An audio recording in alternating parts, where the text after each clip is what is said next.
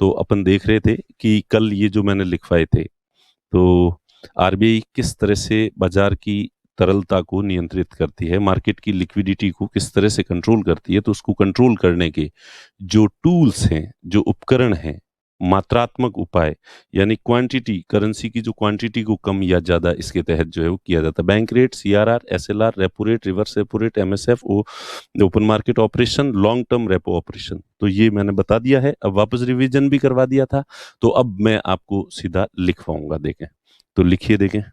सबसे पहले bank rate, ब्याज दर। अब लिखना है सभी लोगों को ब्याज दर, बैंक रेट, वह ब्याज दर जिस पर, वह ब्याज दर जिस पर आरबीआई बैंकों को दीर्घकालिक ऋण उपलब्ध करवाती है। Interest rate at which RBI provides long term loans to the banks. Interest rate at which RBI provides long term loans to the banks. ठीक है।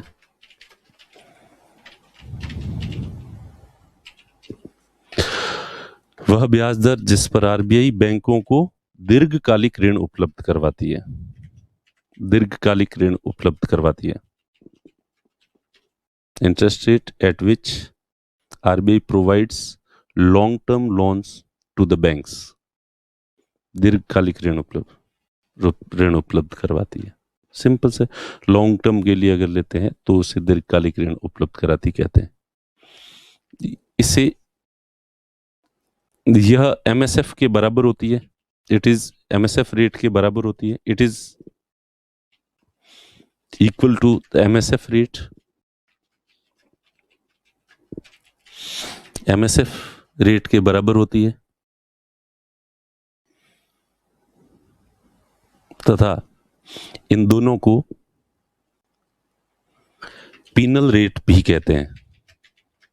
And these both rates are also known equal to the MSF rate, and these both rates, bank rate and MSF rate, are also known as a penal rate.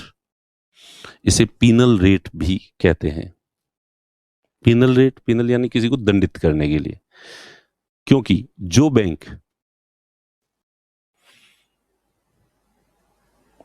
जो bank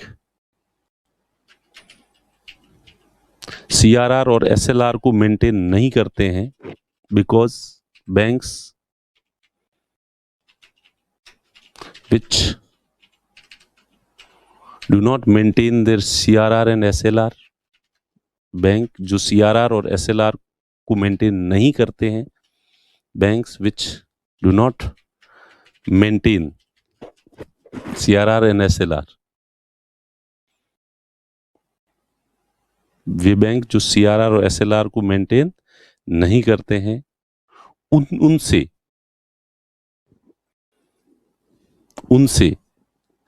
इस दर पर ब्याज वसूला जाता है, उन पर यह ब्याज दर लगाई जाती है। Banks which do not follow maintain the CRR and SLR, RBI charges this interest rate.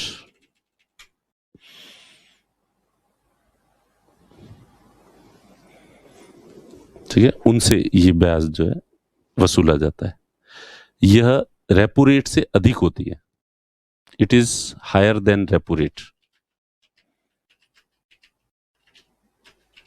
It is higher than repo rate, repo rate से ज्यादा। सामान्यतः तो रेपो रेट पे दे देगी, लेकिन जो बैंक सीआरआर का मेंटेन नहीं कर पाते हैं तो उनसे फिर पैसा अगर उनको दिए जाते हैं तो ये ब्याज दर जो है लगाई जाती है।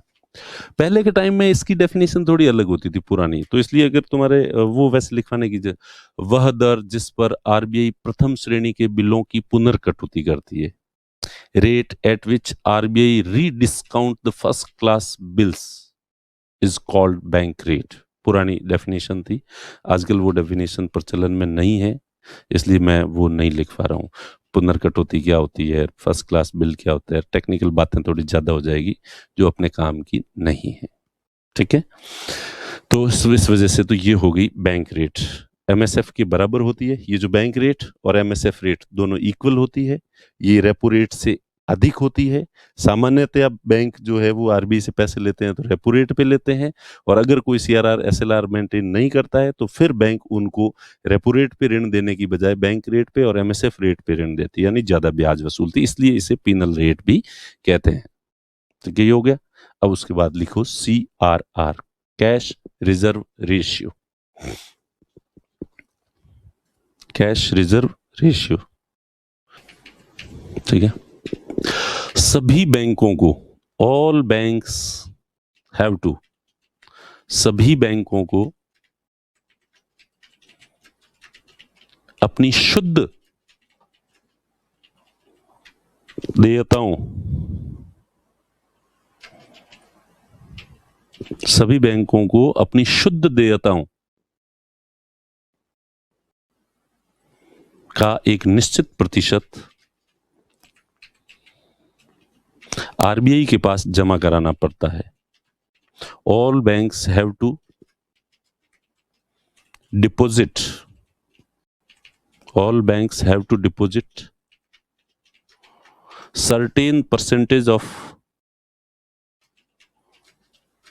certain percentage of their net liabilities,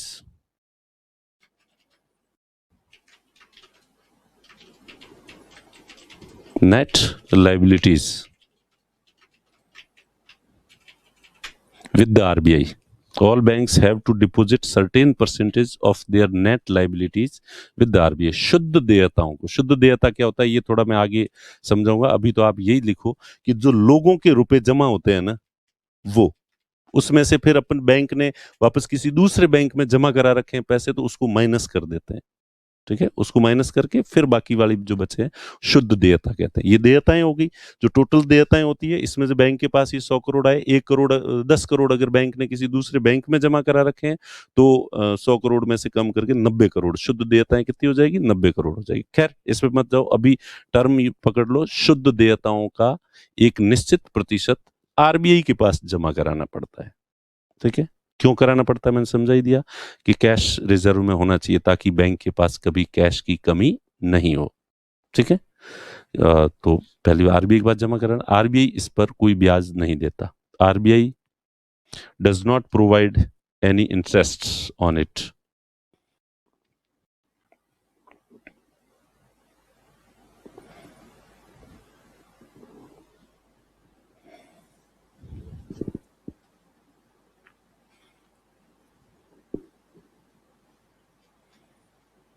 ठीक है, बस ये है सीआरआर, कैश रिजर्व रेशियो। कुछ कैश रिजर्व में होना चाहिए बैंक के खुद के पास, जो आरबीआई के पास जमा कराना पड़ता है, जो कभी भी आरबीआई से लेके और कैश की कमी को पूरा किया जा सके। उसके बाद लिखो SLR, statutory liquidity ratio. SLR संविधिक तरलता अनुपात या वैधानिक तरलता अनुपात, संविधिक तरलता अनुपात, वैधानिक तरलता अनुपात, सांविधिक तरलता अनुपात, वैधानिक तरलता अनुपात। सांविधिक भी लिखा जाता है और वैधानिक भी लिखा जाता है, ठीक है।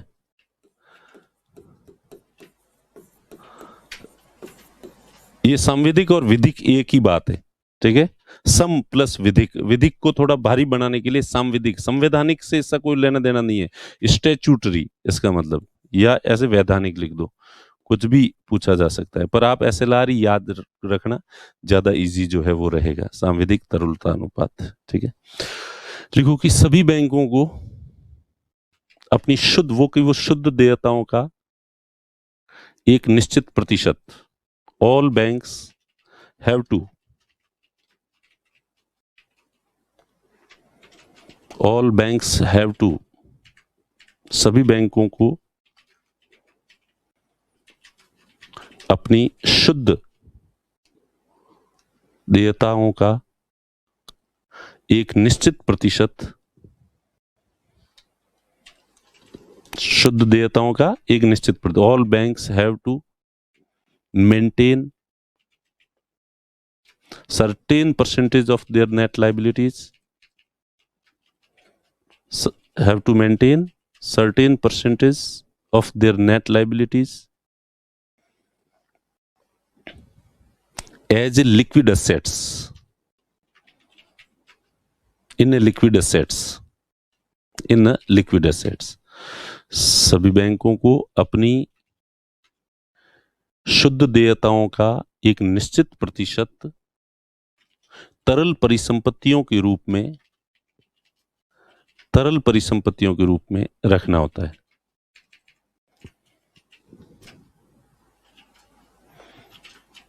तरल परिसंपत्तियों के रूप में सभी बैंकों को अपनी शुद्ध देयताओं का एक निश्चित प्रतिशत तरल परिसंपत्तियों के रूप में रखना होता है।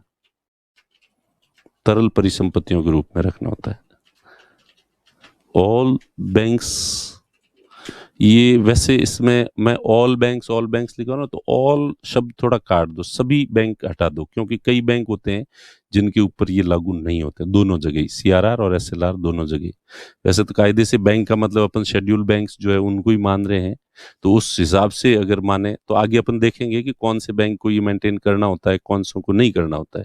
तो जैसे कोऑपरेटिव जो सोसाइटीज होती है, बैंक होती है, तो वो जो बैंक है उनको पहले उनको उन पे लागू नहीं होता था। आजकल जो है वो आरबीआई तय करती है लागू करे या नहीं करे, तो ये डिपेंड करता है आरबीआई पे, कुछ पे लागू करती है, कुछ पे लागू नहीं करती है। ठीक है, तो इस वजह से थोड़ा सा ऑल वाला बैंक, मतलब कई तरह के बैंक मान लो, तो शेड्यूल बैंक्स पे ये लागू होता है। जो कमर्शियल बैंक्स होते हैं प्रॉपर उन पे लागू होता है, और भी पेमेंट बैंक्स पे भी ये लागू होता है, स्मॉल बैंक जो होते हैं उन पे भी ये लागू होता है। ठीक है, तो इस वजह से वैसे इसको माने या नहीं माने इसको देख लो, थोड़ा कॉम्प्लिकेटेड जो है वो होता है। एनबीएफसीज पे भी कुछ पे जो है ये लागू होता है। ठीक है, तो अब आगे वापस अपनी आ जाते हैं कि तरल परिसंपत्तियों के रूप में रखना होता है। ठीक है, तरल परिसंपत्तियां कल मैंने आपको समझा दिया था वैसे। ठीक है, ये तरल परिसंपत्तियां क्या, यानी कि जो बैंकों को या तो गोल्ड के रूप में रखो, या शेयर के रूप में रखो, या बॉन्ड के रूप में रखो। लेकिन हालांकि भारत में जो है वो बैंकों पर रोक है कि वो शेयर बाजार में जाके निवेश नहीं कर सकती, शेयर नहीं खरीद सकती, सिक्योरिटीज खरीद सकती है, प्राइवेट सिक्योरिटी हो या वो कुछ भी जो है वो खरीद सकती है, गोल्ड के रूप में अपने पास जो है वो रख सकती है। ठीक है, तो तरल परिसंपत्तियों के रूप में रखना होता है। तो लिख दी, ये तो है इकोनॉमिक्स की डेफिनेशन, इकोनॉमिक्स सब्जेक्ट के पॉइंट ऑफ व्यू से है तो ये डेफिनेशन है। ठीक है, और फिर दूसरी डेफिनेशन एक और लिखो, देखें एसएलआर, वापस लिखो एसएलआर दोबारा, क्योंकि भारत में जो है ना बैंकों को ये कहा है कि तरल से आप जो है ये नहीं, गवर्नमेंट की जो सिक्योरिटीज है गवर्नमेंट को उधार देना पड़ेगा। तो जो एसएलआर के रूप में जो भी रखोगे आप, वो सरकारी प्रतिभूतियां ही रखी जा सकती है। ये इंडिया में रूल बनाया हुआ है, दूसरे देशों में ऐसा रूल नहीं है। दूसरे में आप जो है सरकार की जरूरी नहीं है, दूसरी भी जो सिक्योरिटीज रख सकते हो, तो इसलिए एसएलआर लिख दिया दोबारा। बैंकों को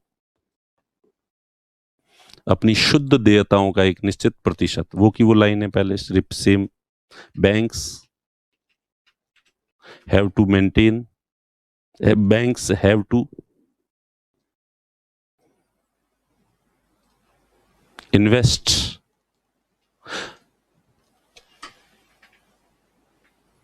banks have to invest certain percentage of their net liabilities,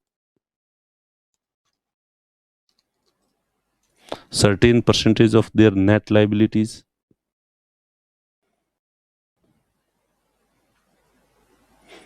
बैंकों को अपनी शुद्ध देयताओं का एक निश्चित प्रतिशत सरकारी प्रतिभूतियों में निवेश करना अनिवार्य है। सरकारी प्रतिभूतियों में निवेश करना या सरकारी प्रतिभूतियां खरीदना अनिवार्य है। Banks have to invest certain percentage of their net liabilities into government securities.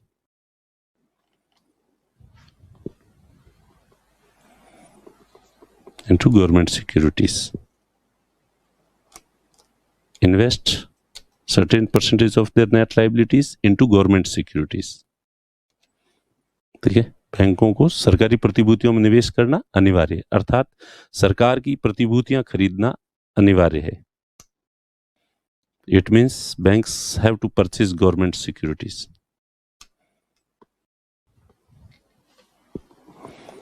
Banks have to purchase government securities, या इसको ऐसे कहते हैं कि सरकार को उधार देना जरूरी है।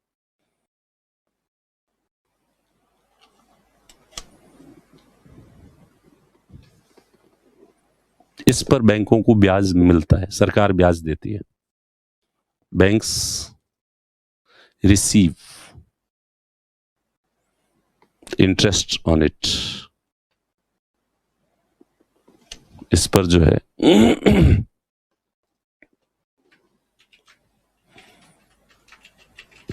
ब्याज प्राप्त होता है। Bank receive interest on it, इस पर सरकार बैंकों को ब्याज प्राप्त होता है। कौन देता है? गवर्नमेंट को उधार देते हैं, गवर्नमेंट ब्याज देती है, और गवर्नमेंट सिक्योरिटीज दे देती है। सरकारी प्रतिभूतियां जो सिक्योरिटीज है ये लिक्विड होती है, और बैंक को अगर कभी भी कैश की जरूरत हो तो इनको बाजार, शेयर बाजार में जाके हाथों हाथ बेच के 5 मिनट में कैश प्राप्त कर सकती है बैंक। ठीक है, तो इसलिए ये प्लान बी है। अगर कैश की कमी उत्पन्न हो जाए तो ये भारत के लिए ये डेफिनेशन है। दूसरी इंडिया वाली जो डेफिनेशन है ये दूसरी वाली है जो मैंने लिखवाई। गवर्नमेंट सिक्योरिटीज, गवर्नमेंट बॉन्ड खरीदने जरूरी है।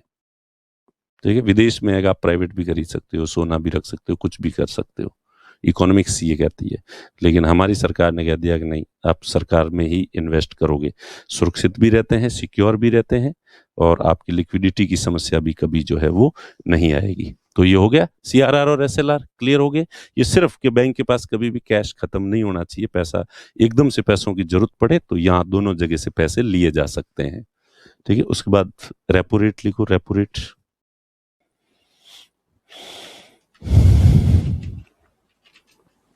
रेपो रेट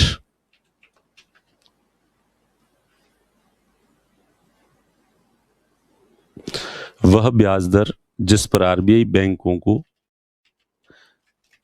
अल्पकाल के लिए ऋण उपलब्ध कराती है। Interest rate at which RBI provides short term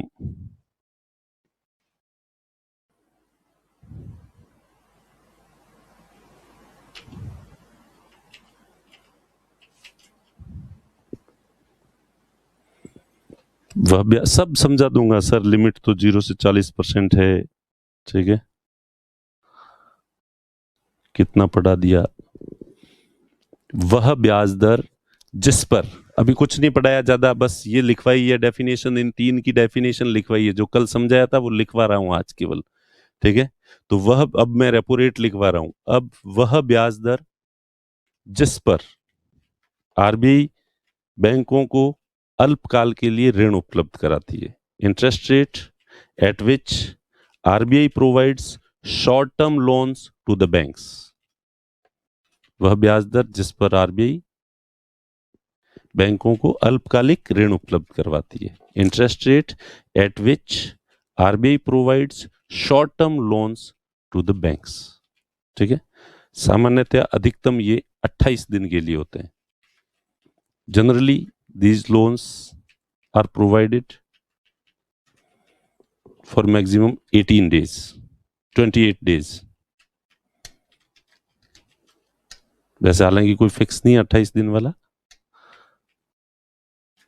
कुछ मामलों में ओपन भी होता है, ऊपर की कोई कैप नहीं होती है कि कितने दिन के लिए है, लेकिन नॉर्मली 1 दिन के लिए लेते हैं, 2 दिन के लिए, 10 दिन के लिए, 28 दिन के लिए जो है वो लेते हैं। ठीक है, तो शॉर्ट टर्म के लिए जो दिया जाता है, रेपो रेट जो है ये बैंक रेट और एमएसएफ की तुलना में कम होती है। Repo rate is lower than bank rate and MSF rate.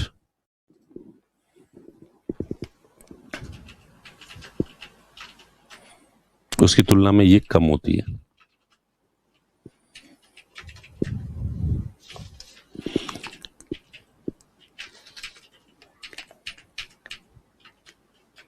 ठीक है,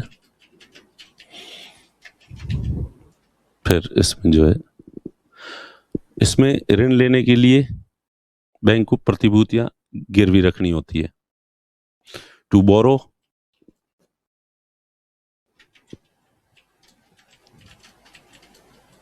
banks have to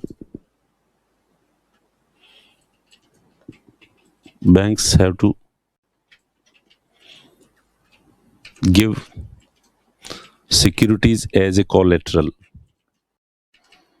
To borrow, banks have to give securities as a collateral.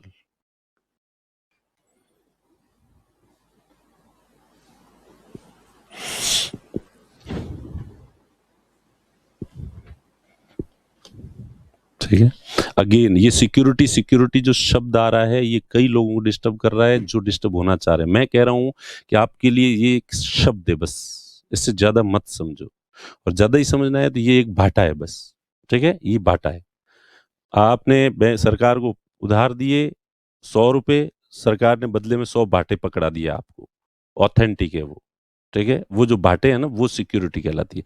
अब वो बाटे कहीं पे भी करेगी, ये तो सरकार का बाटा है। अच्छा, इस पे 1 रुपया लिखा हुआ है या इस पे 100 रुपये लिखा हुआ है इस बाटे पे, तो इसका मतलब ये बाटा लेके जो भी सरकार के पास जाएगा तो सरकार जो है उसको वापस 100 रुपये देगी।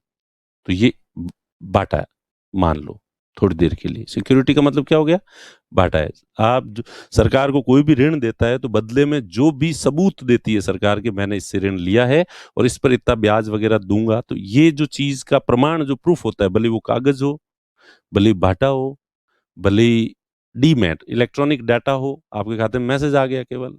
आजकल तो डीमैट हो गया है, पहले कागज की बनी हुई आती थी सिक्योरिटीज, अब कागज की नहीं आती। ठीक है, तो और फिर भी ये क्या होती है, ये अपन आगे कैपिटल मार्केट जब पढ़ेंगे, शेयर बाजार जब पढ़ेंगे, उस समय समझ में आएगी। ये ज्यादा समझने की कोशिश मत करो।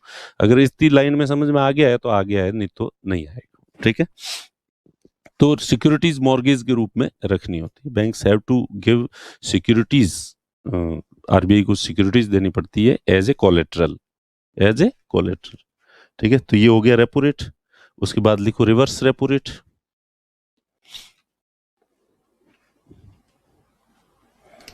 रिवर्स रेपो रेट,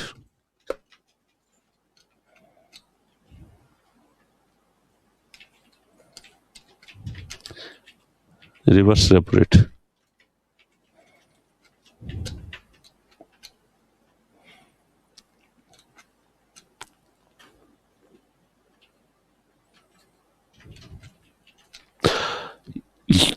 वह ब्याज दर, interest rate,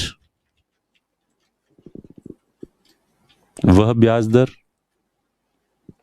interest rate at which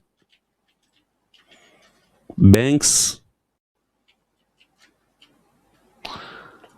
deposits, interest rate at which banks deposits their money with the RBI। वह ब्याज दर जिस पर बैंक अपना धन आरबीआई के पास जमा कराते हैं। वह ब्याज दर जिस पर बैंक अपना धन आरबीआई के पास जमा कराते हैं। Interest rate at which bank deposits their money with the RBI.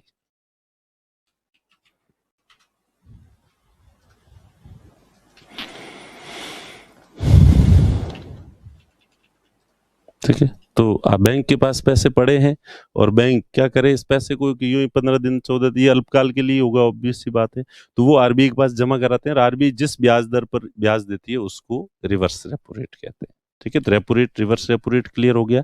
अब इसमें लिखो, देखिए इसको थोड़ा ढंग से समझते हैं। LAF हेडिंग डाल दो, LAF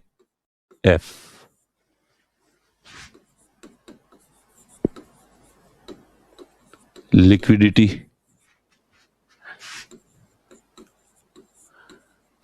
adjustment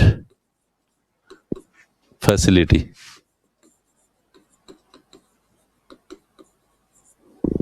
liquidity adjustment facility, LAF,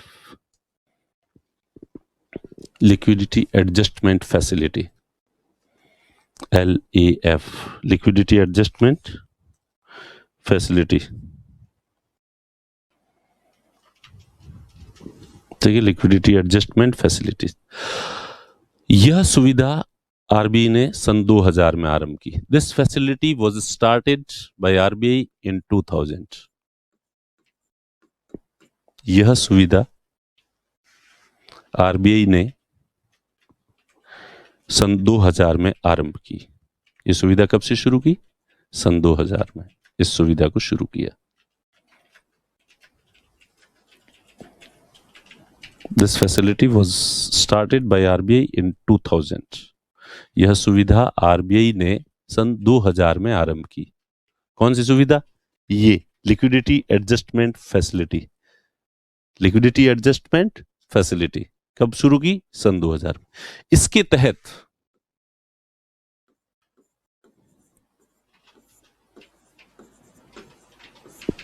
repo market का विकास किया गया। In this the repo market was developed. इसके तहत रेपो मार्केट का विकास किया गया। इसके तहत रेपो मार्केट का विकास किया गया। Repo market was developed. In this repo market was developed. इसके तहत रेपो मार्केट का विकास किया गया। Repo market was developed. ठीक है। अब रेपो क्या होता है? रेपो की फुल फॉर्म होती है रीपर्चेज ऑप्शन।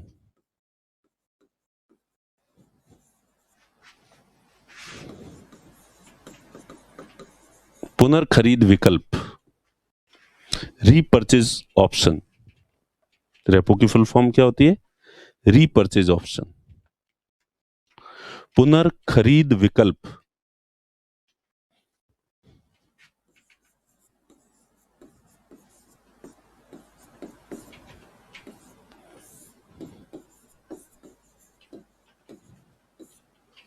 पुनर्खरीद विकल्प, रीपर्चेज ऑप्शन, पुनर्खरीद विकल्प। है? अच्छा, रेपो। ठीक है। तो पुनर्खरीद विकल्प। अब रेपो की फुल फॉर्म, रेपो की डेफिनेशन क्या होती है? लिख दो। यदि धन का विक्रेता if the seller of money, यदि धन का विक्रेता एक निश्चित समय के बाद, if the seller of money keeps an option to repurchase his money after a certain time period, यदि धन का विक्रेता एक निश्चित समय के बाद अपने धन को, एक निश्चित समय के बाद अपने धन को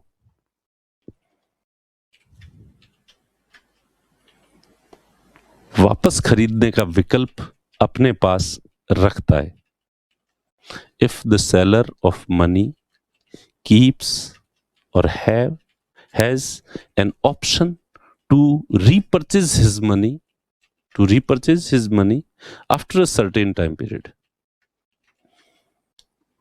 यदि धन का विक्रेता एक निश्चित समय के बाद अपने धन को वापस खरीदने का विकल्प अपने पास रखता है। ठीक है, वापस खरीदने का विकल्प अपने पास रखता है,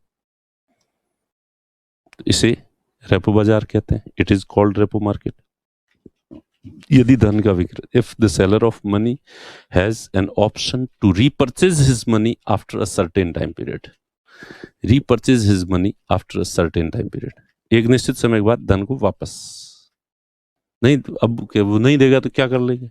इसमें एक्चुअली क्या गिरवी रखी जाती है चीज, तो सिंपल एस को ऐसे मान लो। रेपो मार्केट गांवों में चलता तो नहीं है, पर जैसे सेठ साहूकार से अपने घर वाले पैसे लाते थे तो उसके बदले में कुछ गिरवी रख दिया, सोने का कोई आभूषण वगैरह रख दिया और फिक्स कर दिया कि साहब 6 महीने के बाद में ये, भाई 6 महीने के लिए मुझे पैसे चाहिए, प्लीज दे दो। तो कि 6 महीने में अगर तुमने पैसे नहीं दिए तो कि साहब ये बेच देना, ये आपका हो गया, जो मैंने गिरवी रखा है वो आपका है, बस आप इसको बेच के अपने पैसे वसूल लेना और जो बचे मुझे दे देना वापस। ठीक है, तो फिर जो गिरवी रखी हुई चीज को बेचने का फुल अधिकार मिल जाता है अगले वाले को, जिसने उधार दिया है। इस मार्केट को रेपो रीपर्चेज ऑप्शन, यानी कि जिसने बेचा है वो अपनी चीज को वापस लेगा। पैसा पैसा बेचा है, यहाँ पे क्या बेचा है? पैसा।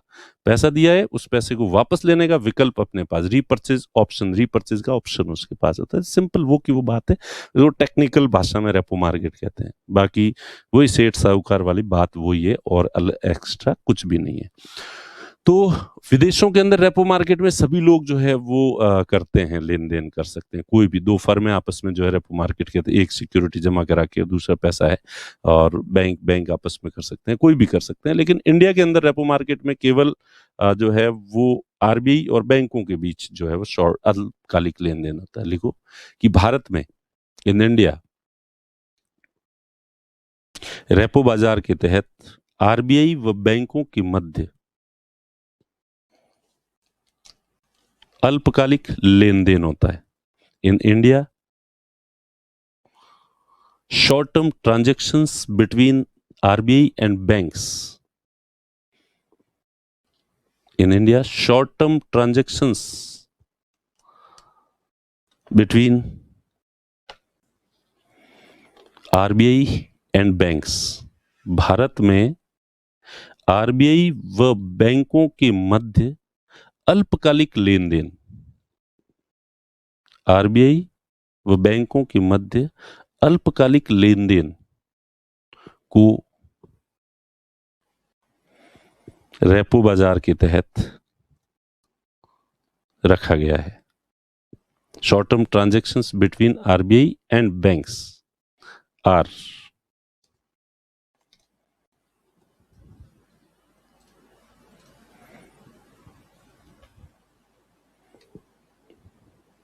considered in repo market, are allowed in repo market, are allowed in repo market। ठीक है, तो रेपो मार्केट में आरबीआई और बैंकों के बीच में शॉर्ट टर्म जो ट्रांजैक्शंस होते हैं उसको रखा जाता है। केवल आरबीआई और बैंकों के बीच में जो लेन देन होगा, शॉर्ट टर्म लेन देन जो भी होता है, उसको ही रेपो मार्केट कहते हैं। ठीक है, तो लिक्विडिटी एडजस्टमेंट फैसिलिटी, इस फैसिलिटी का जो है लिक्विडिटी को एडजस्ट करने के लिए, तरलता को थोड़ा आसान बनाने के लिए, बैंकों के पास कभी भी पैसों की एकदम से कमी नहीं आए, इसके लिए ये फैसिलिटी शुरू की गई है कि बैंक के पास सिक्योरिटीज है तो वो आरबीआई के पास रख के 1 दिन के लिए, 10 दिन के लिए, 20 दिन के लिए, 25 दिन के लिए आरबीआई से पैसे ले सकता है बैंक, ताकि बैंक के पास कहीं पे भी कहीं लोन देना है, करना है, तो अपनी जो भी सिक्योरिटी है उस सिक्योरिटी से वो फट से पैसे ले सकता है। सिक्योरिटीज थोड़े दिन के लिए गिरवी रखेगा और रेपो रेट जो ब्याज दर होगी उस पर आरबीआई बैंकों को पैसा दे देगा, और 10, 20, 25, 30 दिन बाद में वापस दे दो, वापस ले लो, सिक्योरिटी वापस ले लो। तो इसमें लिखो प्रतिभूतियां गिरवी रखी जाती है। In this securities are kept as a collateral. इसमें प्रतिभूतियां गिरवी रखी जाती हैं। इसमें प्रतिभूतियां क्या की जाती है? गिरवी रखी जाती है। Securities are kept as a collateral. Securities are kept as a collateral।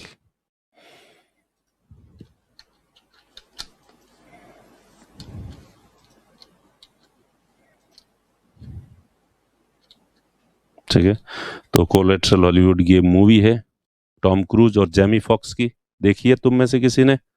बहुत ही अच्छी फिल्म है, वैसे नहीं देखी है तो जरूर देखना।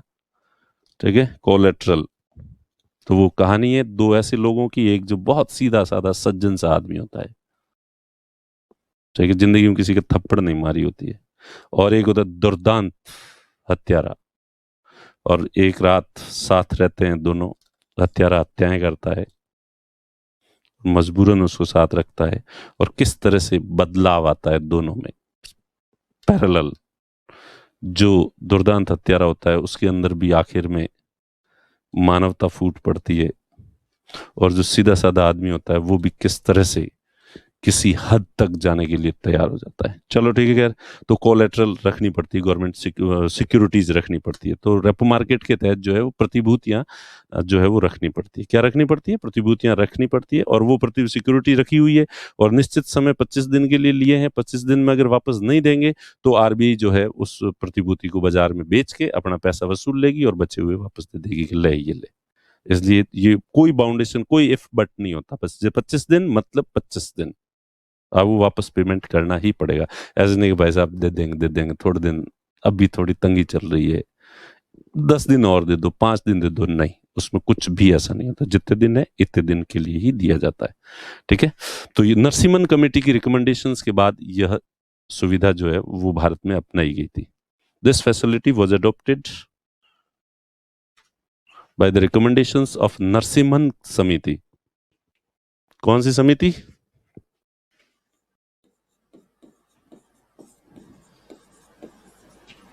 नरसिम्हन समिति। नरसिम्हन समिति की सिफारिशों के बाद यह सुविधा अपनाई गई। This facility was adopted after by the recommendation of Narasimhan committee.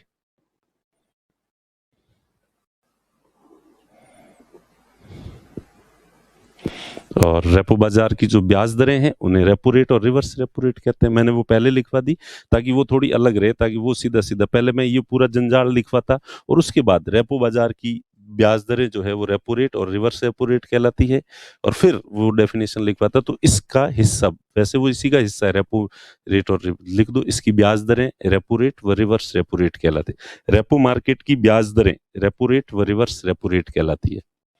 The interest rates of repo market are called repo rate and reverse repo rate.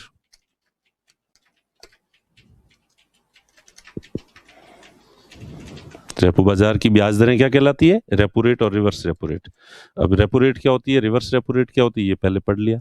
तो repo rate, reverse repo rate LAF के तहत आती है। कौन सी फैसिलिटी है ये? LAF facility. ठीक है, लिक्विडिटी एडजस्टमेंट फैसिलिटी। तो ये वैसे हेडिंग तो यही डालना था। ठीक है, जैसे ये है ना, यहां ये जो दोनों लिखे हैं, इसकी जिस तरह से MSF मार्जिनल स्टैंडिंग फैसिलिटी होती है, वैसे के वैसे यहां पे जो है लिक्विडिटी एडजस्टमेंट फैसिलिटी थी, और उसके आगे repo rate, reverse repo rate दोनों जो है वो लिखने थे। लेकिन उससे थोड़े आप ज्यादा कंफ्यूज हो जाते, इसलिए वो सिंपल तरीका जो है वो मैंने उस तरीके से आपको लिखवाया है। ठीक है, अब आ जाओ देखे MSF marginal standing facility.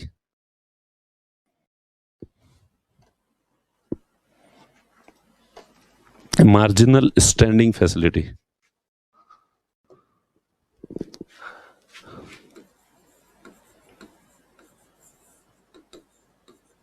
Marginal standing facility, marginal standing facility MSF।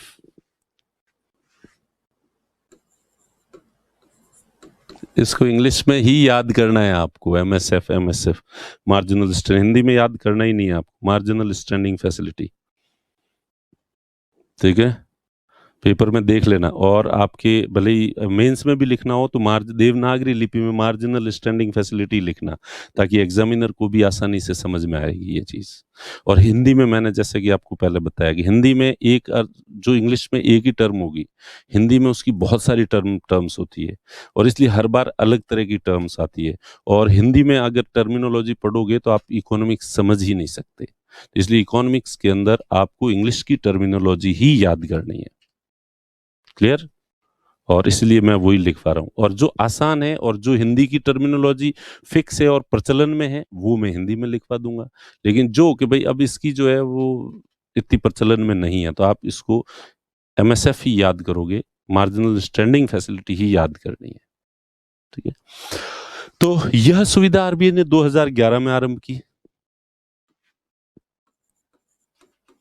This facility, वो भी फैसिलिटी है, ये भी फैसिलिटी है, और वो जो LAF वाली वो भी एक फैसिलिटी, रेपो वाली भी 2000, यह सुविधा RBI ने 2011 में आरंभ की है।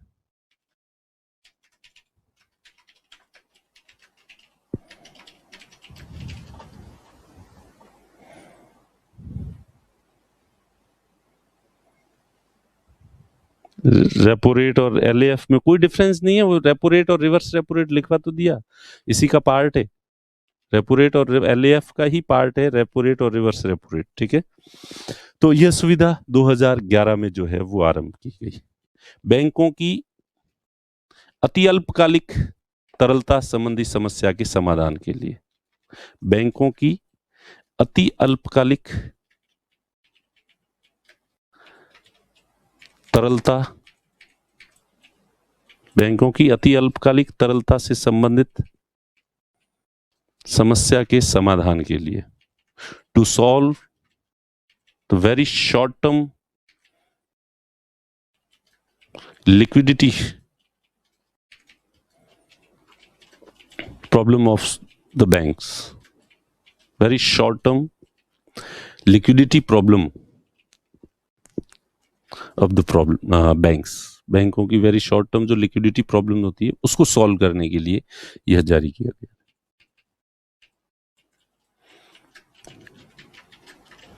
ठीक है, इसके तहत इन दिस फैसिलिटी, इस सुविधा के तहत, इस सुविधा के तहत, इन दिस फैसिलिटी, इस सुविधा के तहत अनुसूचित बैंक, ये फैसिलिटी केवल जो शेड्यूल बैंक्स हैं उनके लिए ही है। In this facility schedule banks can borrow overnight loans from the RBI। इस सुविधा के तहत बैंक आरबीआई से,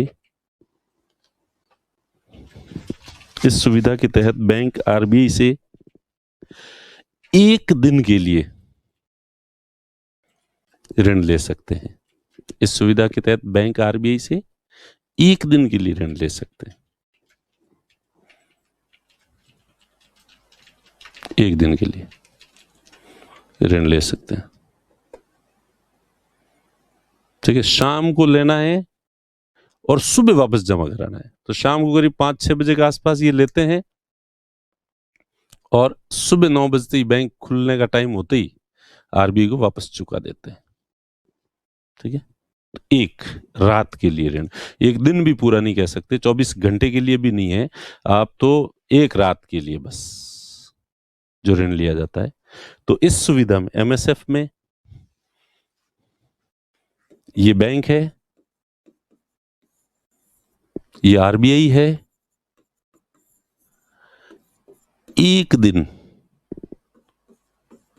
या एक रात, शाम को लेंगे 5-6 बजे करीब लेंगे, सुबह वापस दे देंगे।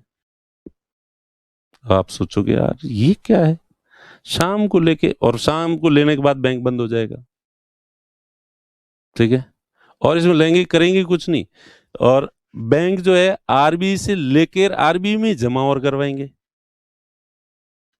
ठीक है, आरबीआई से लेके वापस आरबीआई में जमा करा देते हैं, और दूसरे दिन सुबह उठते ही आरबीआई में जमा कराए हुए वापस निकाल के आरबीआई का भुगतान कर देते हैं। बस ये होती है एमएसएफ फैसिलिटी। चलो देखेंगे वो तो आगे, क्या ऐसा क्यों होता है, ऐसा क्या क्यों करना पड़ता है। ठीक है, तो ये सुविधा जो है 2011 में शुरू की कि आप लो, शाम को लो, सुबह जमा कर, अगर एक रात के लिए आपको जरूरत है तो ले सकते हो आप।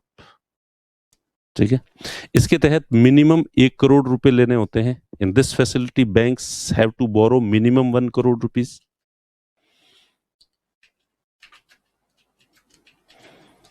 मिनिमम 1 करोड़ रुपए लेने होते हैं।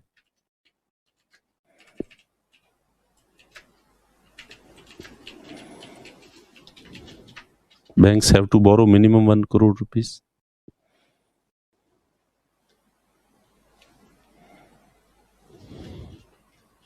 एक करोड़ से अधिक 1 करोड़ के गुणक के रूप में हो सकते हैं।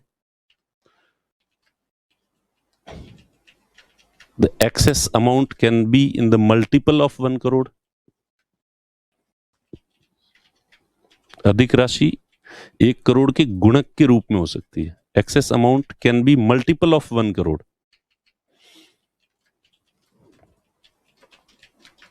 Multiple of 1 crore.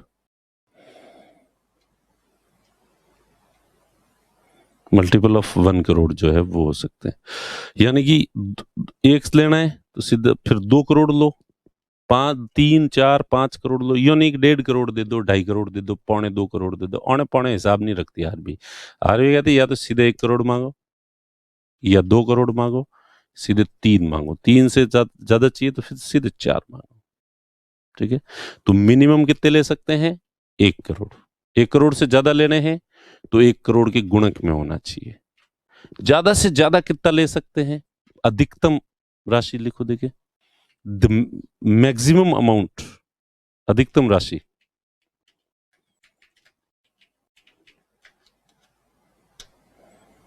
अधिकतम राशि बैंक की खुद स्वयं की शुद्ध देयता के 1% तक ले सकते हैं।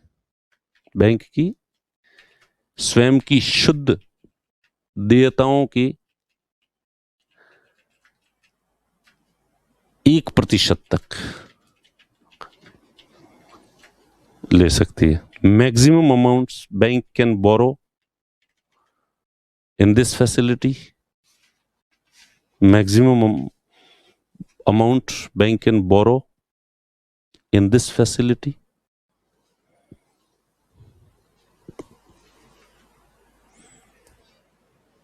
1% of bank's net liabilities, 1% of bank's net liabilities, 1% of bank's net liabilities। ध्यान दें, नेट लाइबिलिटीज है। वैसे पूरी फॉर्म इसकी net time and demand liabilities मानी जाती, लिखी जाती है, पर अपन इतना भारी भरकम नहीं लिखवाऊंगा मैं, ताकि आप कंफ्यूजन हो जाओगे। वो आगे अपन मैं पढ़ाऊंगा तब समझा दूंगा कि टाइम लाइबिलिटीज क्या होती है, डिमांड लाइबिलिटीज क्या होती है, और फिर वो नेट लाइबिलिटीज क्या होती है, वो आगे समझेंगे। इस समय एक साथ अपन, इस समय तो यही कि बैंक के पास जो भी लोगों ने, बैंक के पास अभी तो गिना, तो काउंट किया था ना, बैंक के पास लोग जो जमा कराते हैं, जो जमाएं होती है, इनको देयताएं कहते हैं या लाइबिलिटीज कहते हैं। तो सपोज कि बैंक के पास 100 करोड़ रुपए जो है वो जमा कराए हैं, या 200 करोड़ लोगों ने जमा कराए हैं। कितने जमा कराए? 200 करोड़। या थोड़ा ज्यादा करें इसको, 200 ही रखते हैं वैसे। तो 200 करोड़ रुपए जमा कराए हुए हैं लोगों ने बैंक के पास, और बैंक को एमएसएफ के तहत आरबीआई से रुपए लेने हैं, तो मिनिमम तो 1 करोड़ ले सकता है, लेकिन अधिकतम कितना लेगा? इसका जो भी टोटल जो नेट लाइबिलिटीज होती है, इसका 1%। तो यानी कि 2 करोड़ का 1% कितना होगा? 2 करोड़। तो ये बैंक जो है 200 करोड़ की जमाएं जिसके पास है, वो 2 करोड़ आरबीआई से ले सकती है।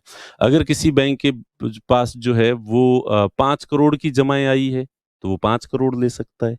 10 करोड़ की जमाएं हैं, तो 10 करोड़ 1%, 10 करोड़ का 1% कैलकुलेट करना अगर आता है तो 10 करोड़ होता है। तो जितनी टोटल बैंक की औकात कितनी है, उसका पास लोगों ने कितने रुपए जमा करा रखे हैं, उसका 1% अधिकतम ले सकती है, इससे ज्यादा नहीं ले सकती। ठीक है, इसकी ब्याज दर एमएसएफ दर कहलाती है। It's interest rate is called MSF rate. इसकी जो ब्याज दर है,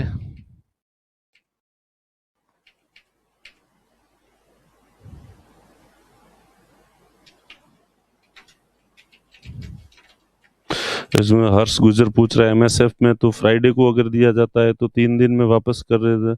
हाँ, अगर बीच में छुट्टियां आती है तो वो ज्यादा हो जाता है वैसे। ठीक है, वर्किंग डे, एक वर्किंग डे के लिए, वरना वो छुट्टियां आ जाएगी तो छुट्टियां जो है। पर आजकल वैसे ऑनलाइन जो है वो ट्रांजेक्शन्स होते हैं, अलाउ कर रखे हैं आरबीआई ने, तो ऐसी नौबत नहीं आती वर्किंग डे पे। ठीक है, तो क्या कह रहा था मैं, इसकी ब्याज दर जो है वो एमएसएफ रेट कहलाती है। क्या कहलाती है? एमएसएफ रेट जो है वो कहलाती है। Interest rate is called MSF rate. ठीक है, और यह बैंक रेट के बराबर होती है। वो जो पहले लिखवा है वो वापस लिख तो देखें, बैंक रेट में भी यही लिखा था, बैंक दर के बराबर होती है, equal to the bank rate.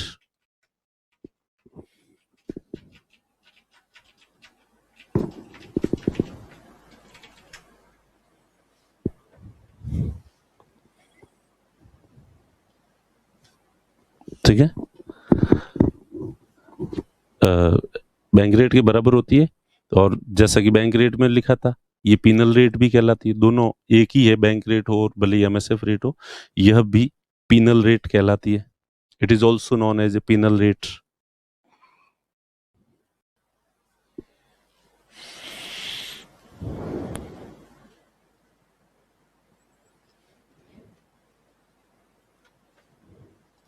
और ये रेपो रेट से अधिक होती है। It is higher than repo rate.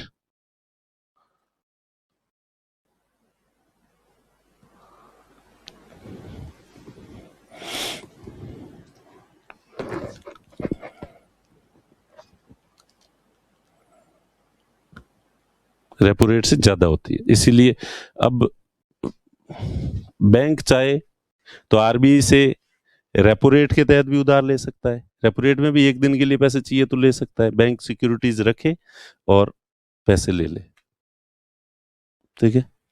और एमएसएफ रेट के तहत भी ले सकता है, ज्यादा ब्याज देना पड़ेगा, एमएसएफ में ज्यादा ब्याज लगता है। और एलएएफ फैसिलिटी के तहत अगर बैंक पैसा लेगी तो उसे कम ब्याज देना पड़ेगा। तो हर कोई बैंक किसके तहत, आप अगर बैंक के मैनेजर हो, आप सब कुछ हो, मालिक हो, तो कौन सी इंटरेस्ट रेट पे लेना चाहोगे आरबीआई से?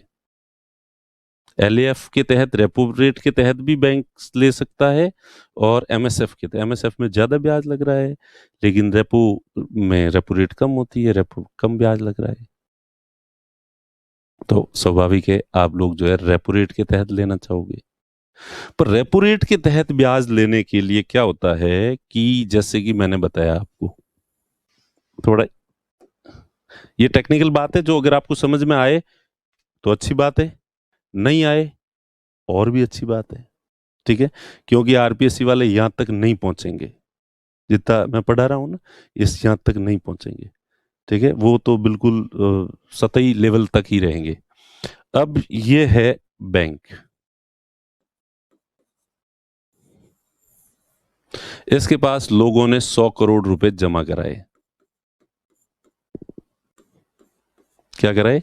100 करोड़ रुपए जमा कराए। इस बैंक को सीआरआर रखना था 4 करोड़।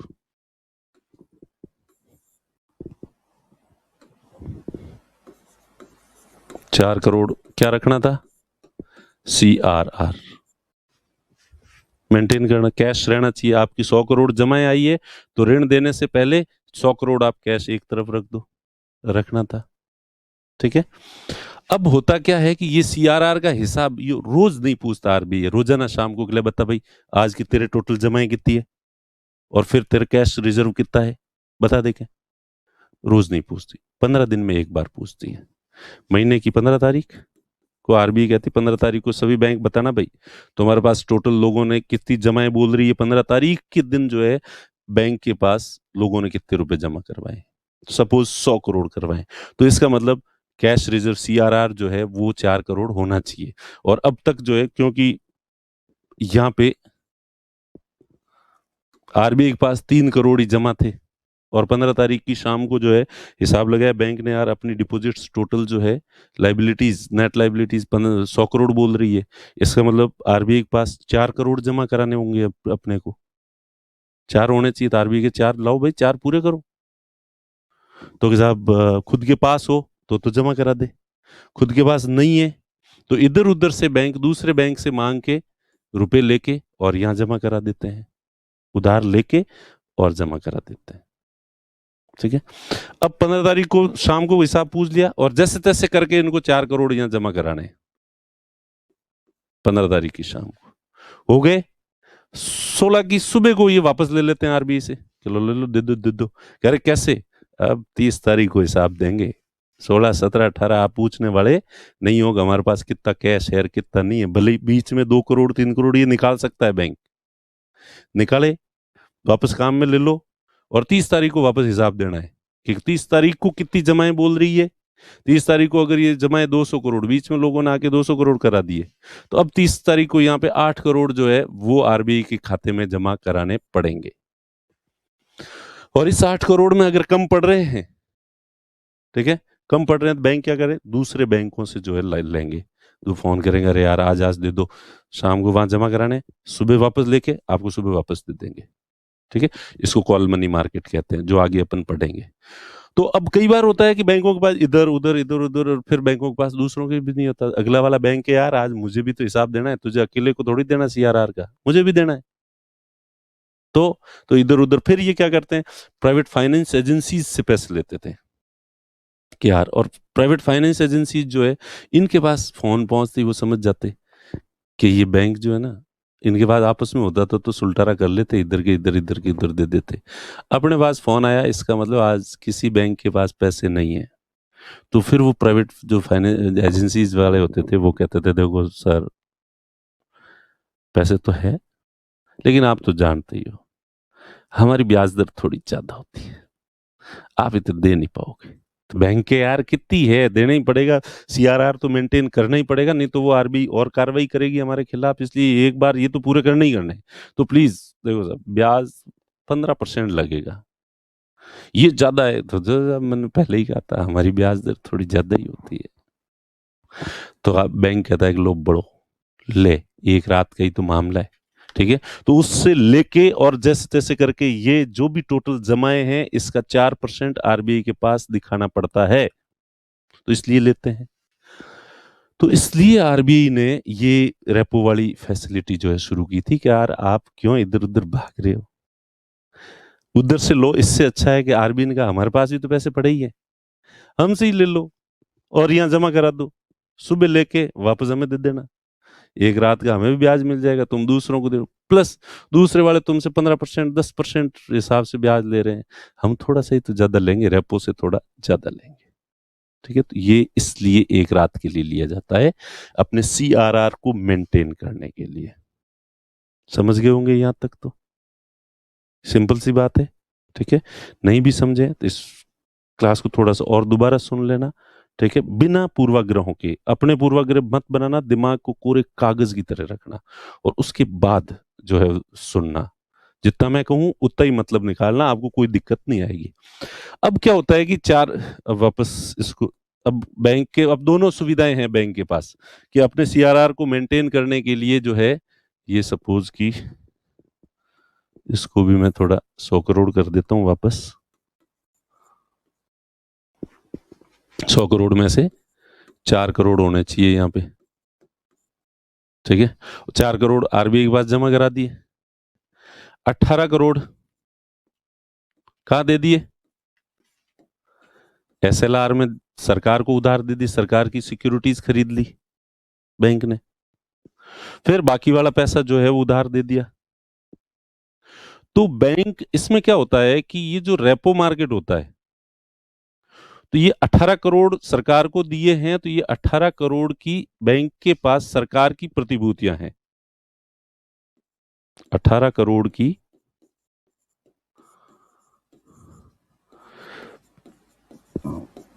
सरकारी प्रतिभूतियां हैं। ये प्रतिभूतियां शब्द जो है बहुत दुखी कर रहा है तुम लोगों को। गवर्नमेंट की सिक्योरिटीज है, बांटे हैं 18 करोड़ के बैंक के पास में, 18 करोड़ बांटे हैं छोटे छोटे, जो बैंक ही जारी कर सकती है, और ये ऐसे हैं कि इनको कहीं पे भी गिरवी रख के बैंक पैसा ले सकती है, या इनको बेच के पैसा कर सकती है, ठीक है। तो अब 18 करोड़ के ही है बैंक के पास, और बैंक ने 18 करोड़ की तो पाबंदी है, पर बैंक जो है 18 करोड़ से ज्यादा भी रखते हैं, 20 करोड़ के हैं, 30 करोड़ के हैं। तो सपोज कि 2 करोड़ की और सिक्योरिटीज खरीद लिए, सरकार को 18 की जगह 18 तो मिनिमम देने हैं, सरकार को 20 करोड़ दे दिए। तो ये जो सिक्योरिटी 2 करोड़ है, ये कभी भी बैंक जो है आरबीआई के पास रख सकती है। 18 करोड़ की तो एनी टाइम बैंक को खुद के पास ही रखनी पड़ेगी, मेंटेन रहनी चाहिए, ये नहीं रख सकती आरबीआई के पास देके, और इस 18 करोड़ वाली सिक्योरिटी से बैंक आरबीआई से पैसा नहीं ले सकता। तो रेपो मार्केट के तहत यदि बैंक को आरबीआई से पैसे लेने हैं, तो ऑब्वियस बात, आरबीआई से जब भी पैसे लेने हैं तो कुछ न कुछ गिरवी रखना पड़ेगा, सिक्योरिटीज गिरवी रखनी पड़ेगी। तो रेपो मार्केट के तहत जब बैंक आरबीआई से पैसा लेता है, तो वो जो एसएलआर वाली सिक्योरिटीज है उनको गिरवी कोलेटरल नहीं रख सकता, उनसे रेपो मार्केट में इन सिक्योरिटीज से पैसा नहीं ले सकता। अगर एडिशनल सिक्योरिटी है आपके पास, तो आप आरबीआई से पैसे ले सकते हो। एक्स्ट्रा गवर्नमेंट सिक्योरिटी, एसएलआर के अतिरिक्त एक्स्ट्रा सिक्योरिटी है, यानी आपने एक्स्ट्रा गवर्नमेंट को पैसे देके सिक्योरिटी ले रखी है, तो उन सिक्योरिटीज से आप रेपो मार्केट के तहत कभी भी आरबीआई से पैसे ले सकते हो। अब बैंक के पास एक्स्ट्रा नहीं है, अब लेने हैं आरबीआई से पैसे, तो फिर आप एमएसएफ के तहत ले सकते हो। तो एमएसएफ के तहत एक रात के लिए जब पैसे लेते हैं, तब ये जो 18 करोड़ की सिक्योरिटी है, इनको भी गिरवी रखा जा सकता है। ये लाइन जो है,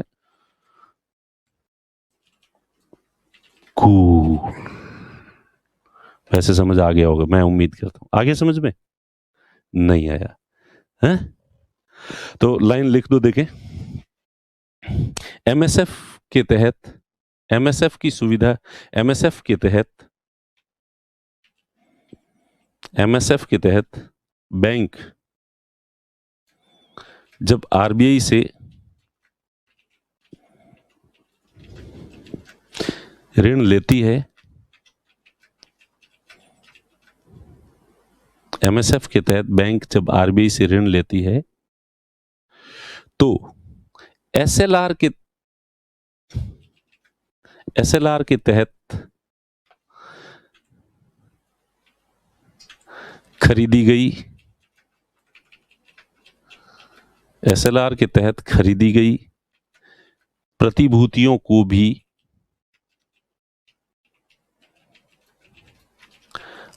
एसएलआर के तहत खरीदी गई प्रतिभूतियों को भी आरबीआई के पास गिरवी रखी जा सकती है।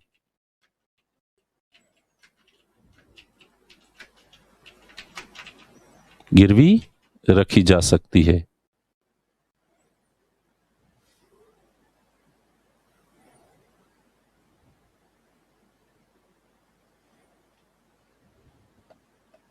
ठीक है, इंग्लिश में लिखो। To borrow money from RBI, to borrow money from RBI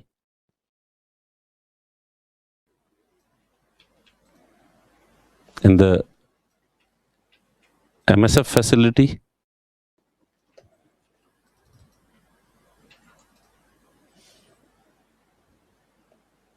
through the MSF facility, in the MSF facility, banks can use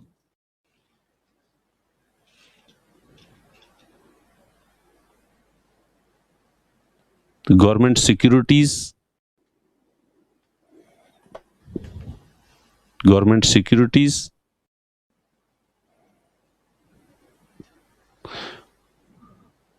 of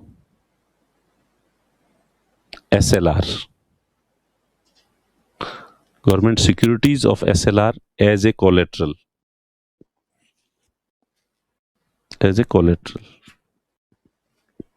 ठीक है।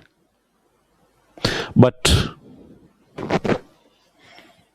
in repo market,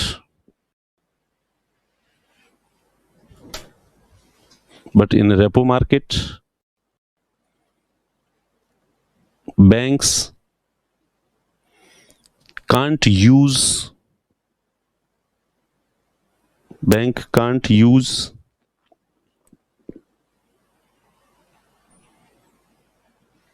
government securities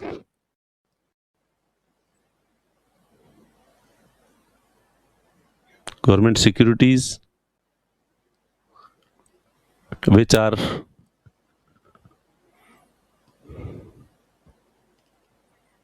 purchased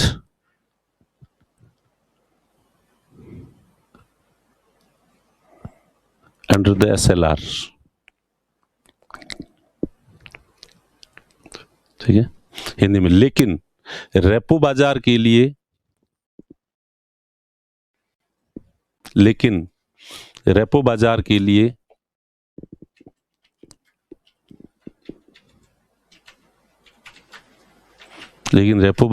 लिए बैंक एसएलआर की प्रतिभूतियों का प्रयोग नहीं कर सकती।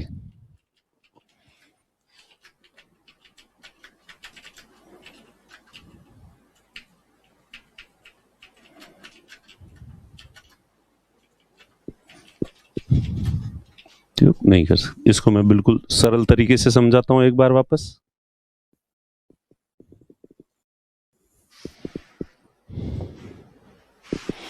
एक तो है रेपो सुविधा, रेपो बाजार की सुविधा है।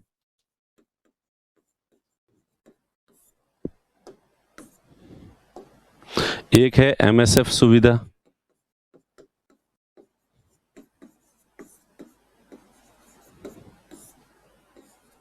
ठीक है, इसमें ब्याज कम लगता है दोनों कंडीशन में, और इसमें ब्याज अधिक है। दोनों सुविधा है, जिसमें दोनों सुविधाओं में क्या होता है, ये आरबीआई है और ये बैंक है।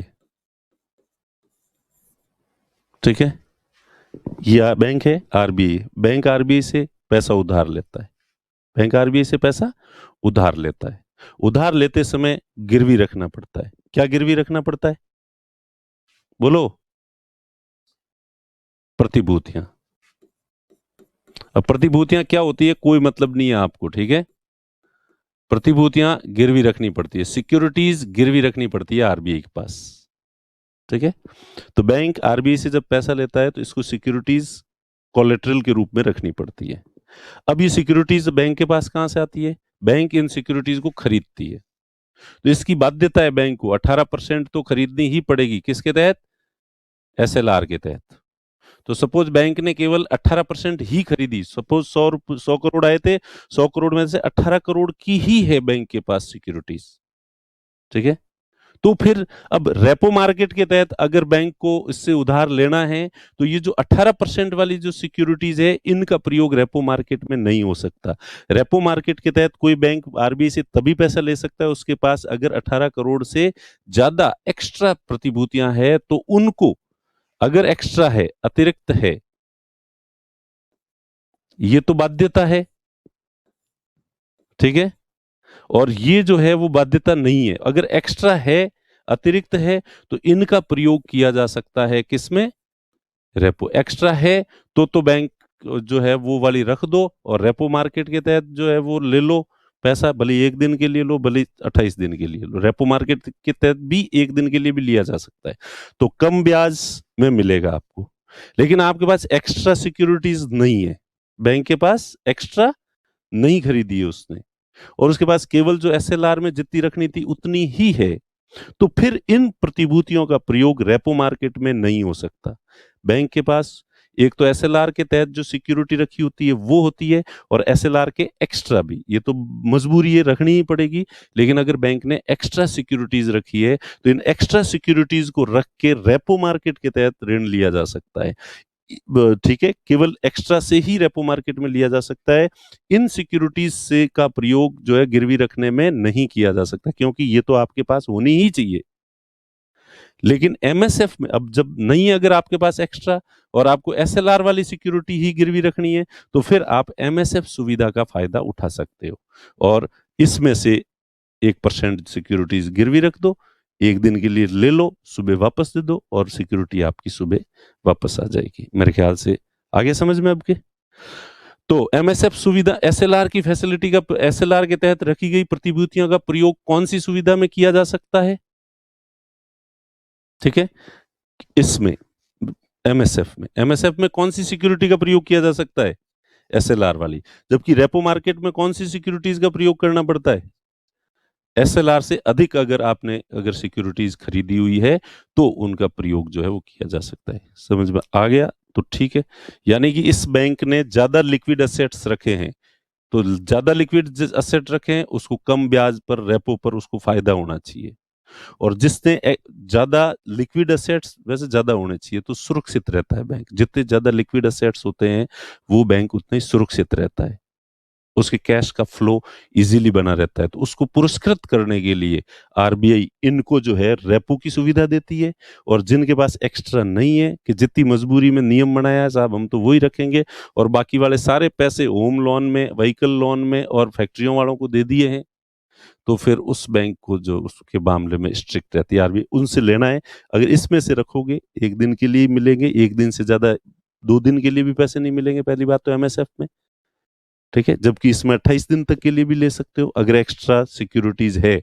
तो बैंक के पास एसएलआर के अलावा एक्स्ट्रा सिक्योरिटीज है तो वो रेपो मार्केट का फायदा उठा सकता है और कम ब्याज पर आरबीआई से पैसा ले सकता है। लेकिन अगर बैंक के पास एसएलआर की लिमिट से ज्यादा जो मजबूरी है, जो तो रखना ही है, उससे ज्यादा अगर सिक्योरिटीज नहीं है, तो फिर आप जो है वो आरबीआई से रेपो मार्केट के तहत उधार नहीं ले सकते। फिर आपको एमएसएफ सुविधा में जाना पड़ेगा, जहां आपसे थोड़ा सा ज्यादा ब्याज लिया जाएगा। ठीक है, एमएसएफ फैसिलिटी होगी। उसके बाद फिर लिखो ओपन मार्केट ऑपरेशन, खुले बाजार की क्रिया।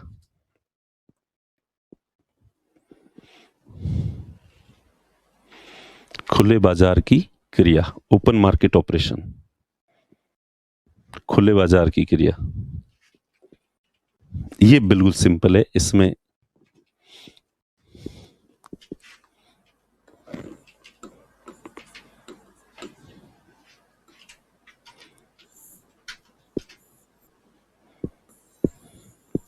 अगेन वही वाली बात है, सीधी सीधी सी,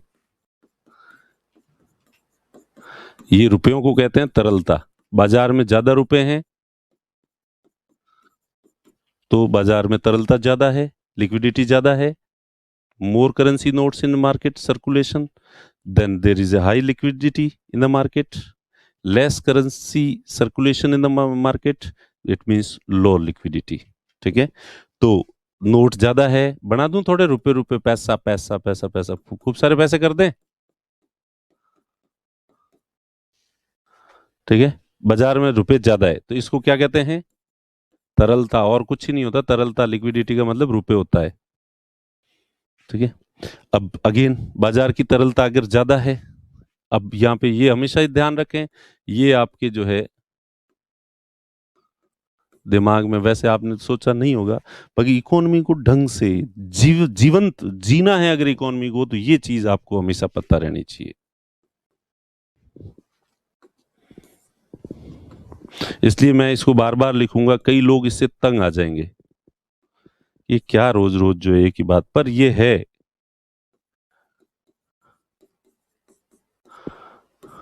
अगर डिमांड ज्यादा है तो, और अगर आपूर्ति ज्यादा है तो ये, इससे इन्फ्लेशन आ जाएगी, इससे डिफ्लेशन, और डिफ्लेशन इतना वो नहीं है जितना मंदी, कीमतें कम होने को मंदी कहते हैं। ठीक है, तो अगर डिमांड, और डिमांड का रोल जो है सीधा संबंध किससे है, रुपए से। लोगों की जेब में रुपए की गर्मी होगी तो वो लोग बाजार में जाएंगे भाग के और डिमांड बढ़ाएंगे, डिमांड बढ़ेगी तो महंगाई आएगी, इन्फ्लेशन आएगी, महंगाई आएगी। तो बाजार, अब आरबीआई क्या करती है, हर महीने महंगाई को मापती है कि महंगाई कितनी रही, पिछले महीने में इन्फ्लेशन कितनी थी, महंगाई कितनी थी, महंगाई की रेट ज्यादा आ रही है, इन्फ्लेशन हाई आ रही है, तो आरबीआई समझ जाती है कि मार्केट के अंदर तरलता ज्यादा है, लिक्विडिटी ज्यादा है, और इस वजह से महंगाई है। तो महंगाई है इसका मतलब लिक्विडिटी ज्यादा है, पैसे हमने ज्यादा जारी कर दिए, इसलिए इन पैसों को वापस निकालना है। ठीक है, तो उसके लिए क्या, सिक्योरिटीज। अगेन ये प्रतिभूति शब्द जो है आपका पीछा नहीं छोड़ेगा, ये हर जगह आएगा। ठीक है, अगेन आरबीआई के पास सिक्योरिटी पड़ी होती है। ठीक है, तो आरबीआई क्या करेगी, सिक्योरिटी को बेचेगी, प्रतिभूतियों को बेचती है, सिक्योरिटीज को बेचती है। सिक्योरिटीज बेचेगी तो सिक्योरिटीज आएगी मार्केट में, और बेचते हैं तो कोई भी चीज बेचता है तो रुपए लेता है, तो रुपए जाएंगे ऊपर। अगर महंगाई है तो इसका मतलब रुपए ज्यादा है, रुपयों को, महंगाई को कंट्रोल करना है तो मार्केट में रुपयों को कम करना पड़ेगा, कम करना है तो सिक्योरिटीज को बेचेगी आरबीआई, तो आरबीआई सिक्योरिटीज बेचती है। मुद्रास्फीति अगर हाई है तो उसे कंट्रोल करने के लिए आरबीआई प्रतिभूतियों की बिक्री करती है, सिक्योरिटीज प्रतिभूति, ये शब्द जो है बस इसको ही मान लो, ये जो लिखा हुआ है ना यही होता है ये। तो सिक्योरिटीज, एस लिख देता हूं केवल, तो एस का मतलब सिक्योरिटी है। तो आरबीआई के पास खूब एस सिक्योरिटीज पड़ी है। मैंने कहा ना कि हर जो नोट जारी किया जाता है, हर नोट की एवज में आरबीआई के पास कोई ना कोई सिक्योरिटी तो होनी ही चाहिए। तो खूब सिक्योरिटीज है, तो इन सिक्योरिटीज को बेचता है, और ज्यों बेचेगा तो ये रुपए जो है वो आरबीआई के पास चले जाएंगे। तो सिक्योरिटीज को ज्यादा बेचेगा तो ज्यादा रुपए जो है वो आरबीआई के पास चले जाएंगे, तो बाजार में तरलता कम हो जाएगी। और जब ज्यादा सिक्योरिटी बेच दी, वापस निकाल दी आरबीआई ने कि मुझे नहीं रखनी सिक्योरिटी, लो ये तुम्हारी किस किस की थी रे, वापस रखो और दो, ये तो रुपए निकाल लिए बाजार में से, तो रुपए कम हो जाएंगे, कम हो जाएंगे, महंगाई कंट्रोल में हो जाएगी। और कई बार रुपए ज्यादा कम हो जाए तो मंदी आ जाएगी। तो मंदी की स्थिति में क्या करी, अब हुआ क्या कि बाजार के अंदर जो है मंदी के समय क्या होता है, बस सिक्योरिटी सारी वापस मार्केट में आ जाती है और पैसे आरबीआई के पास चले जाते हैं। अब आरबीआई को अगर वापस महंगाई का, मंदी से उबरना है तो इन सिक्योरिटीज को खरीदेगी, खरीदेगी तो वापस नोट बाजार इधर आएंगे। इधर सिक्योरिटी जा रही है, इधर नोट जा रहे हैं, दोनों की दिशा विपरीत होती है बाजार में। तो आप एग्जाम में ये क्वेश्चन पूछा जाएगा। तो बाजार की तरलता, महंगाई को कंट्रोल करना है तो पैसे ज्यादा है, पैसों की सिक्योरिटी बेचती है, सिक्योरिटी मार्केट में आएगी, पैसे कहां जाएंगे, आरबीआई के पास। तो बाजार में पैसे कम हो जाएंगे, कम हो जाएंगे। अगर पैसे कम होंगे तो डिमांड, पैसे कम होंगे तो डिमांड का क्या होगा, बढ़ेगी। पैसे कम होगी, डिमांड कब करते हो, तुम्हारे जेब में पैसे होते हो तो डिमांड करते हो, या पैसे नहीं होते तो डिमांड करते हो, पैसे होते हैं तो तब जब आरबीआई सारे पैसे ऊपर खींच लेगी तो तुम्हारी जेब में पैसे होंगे ही नहीं, होंगे नहीं तो खरीदोगे क्या, खरीदने नहीं जाओगे तुम तो चीज, महंगाई कैसे बढ़ेगी। महंगाई कब बढ़ती है, जब अपन ज्यादा चीजें खरीदने जाते हैं, खरीदने वाले ज्यादा हो जाते हैं, चीजें कम हो जाती है। फिर पता चला आरबीआई ने सबकी जेब में से पैसे निकाल दिए, है ही नहीं लोग, बाजार कोई जा ही नहीं रहा है, दुकानदार बैठा। हाँ, मांग कम होना और आपूर्ति ज्यादा होने का अनुमान लगाना है तो जयपुर की सड़क पे गुजरना, शोरूम देखना, खाली पड़े हैं शोरूम, कोई ग्राहक आ ही नहीं रहा है, ठीक है। और टिफिन लेके आता है दुकान मालिक, सुबह दिन में बैठ के खाना खाता है, बस इतना ही बिजी रहता है, और शाम को वापस जाता है घर, और पत्नी पूछती है आज कितरो गल्लो हुआ, आज कोई बिक्री हुई, आज तो पूरे दिन में एक ही ग्राहक नहीं आया। मतलब मार्केट में डिमांड नहीं है, ठीक है। और इमेजिन करो डिमांड कम हो जाए और सारे शोरूम इसी तरह खाली पड़े हैं, कोई खरीदार आ ही नहीं रहा है, तो सारे घाटे में चलने लग जाएंगे, सारे बर्बाद हो जाएंगे, ठीक है। उसको ही मंदी कहते हैं।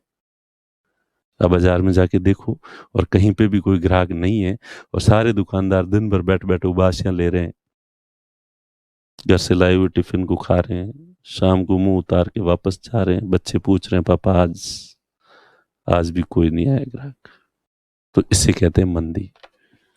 डिमांड कम होना, सप्लाई माल से बाजार भरा पड़ा है, शोरूम में सामान भरे पड़े हैं लेकिन खरीदार नहीं है, ठीक है। और ये तुम्हें ऐसे समझ में नहीं आएगा, तुम खुद जब कोई काम धंधा शुरू करोगे ना, दुकान, और उसके बाद बैठे रहोगे और दिन भर कोई ग्राहक नहीं आएगा ना, तब तुम्हें समझ आएगा कि हाँ सर समझाते थे, इसको मंदी कहते हैं, डिमांड तो होनी चाहिए, ठीक है। तो मंदी यही होती है। अब डिमांड क्रिएट करवानी है, लोग क्यों नहीं आ रहे हैं खरीदने के लिए, क्या लोग खरीदना नहीं चाहते, लोगों को नए कपड़े अच्छे नहीं लगते, लोगों को गाड़ियां अच्छी नहीं लगती, लोगों को फोन अच्छे नहीं लगते, सब अच्छे लगते हैं, लोगों के पास पैसा नहीं है, ठीक है। तो अब आरबीआई उधर से पैसों की बारिश कर दे और मोदी जी सबके खाते में 15-15 लाख रुपए डाल दे, तो लोग सब दौड़ के जाएंगे बाजार में, और सारे फिर वो शाम को पहुंचे, अरे क्या आज तो पूछो ही मत, सांस लेने की फुर्सत नहीं थी, ठीक है। नहीं तो मार्केट के अभी हाल क्या है, लोग, मैं जानता हूं एक दो शोरूम वालों को, तो वो इंतजार करते हैं, अरे अब ये धनतेरस आएगी तो जरूर कुछ थोड़ी हो सकती है, तेजी आएगी यार, तो सामान बिकेगा। फिर पहले नवरात्रों का इंतजार करते हैं, नवरात्रे सूखे चले जाते हैं, फिर मैं कभी मिलता हूँ क्या हुआ, अरे यार इस बार नवरात्रों से जो उम्मीद थी इतने तो कुछ आई ही नहीं, लोगों को पता नहीं, लिक्विडिटी है ही नहीं मार्केट में, खैर कोई नहीं, धनतेरस को तो आए हो गई होगा कुछ, धनतेरस भी आ जाती है, दिवाली भी चली जाती है, क्या हुआ? यार इस मार्केट का कुछ समझ नहीं आ रहा है। सरकार इतने प्रयास कर रही है, इतनी ब्याज दरें कम कर रही है, लेकिन फिर भी पता नहीं ग्राहकी है ही नहीं। खैर फिर तीसरी उम्मीद होती है सावों की सीजन में तो होगी, और सावों की सीजन फिर लॉकडाउन आ जाता है।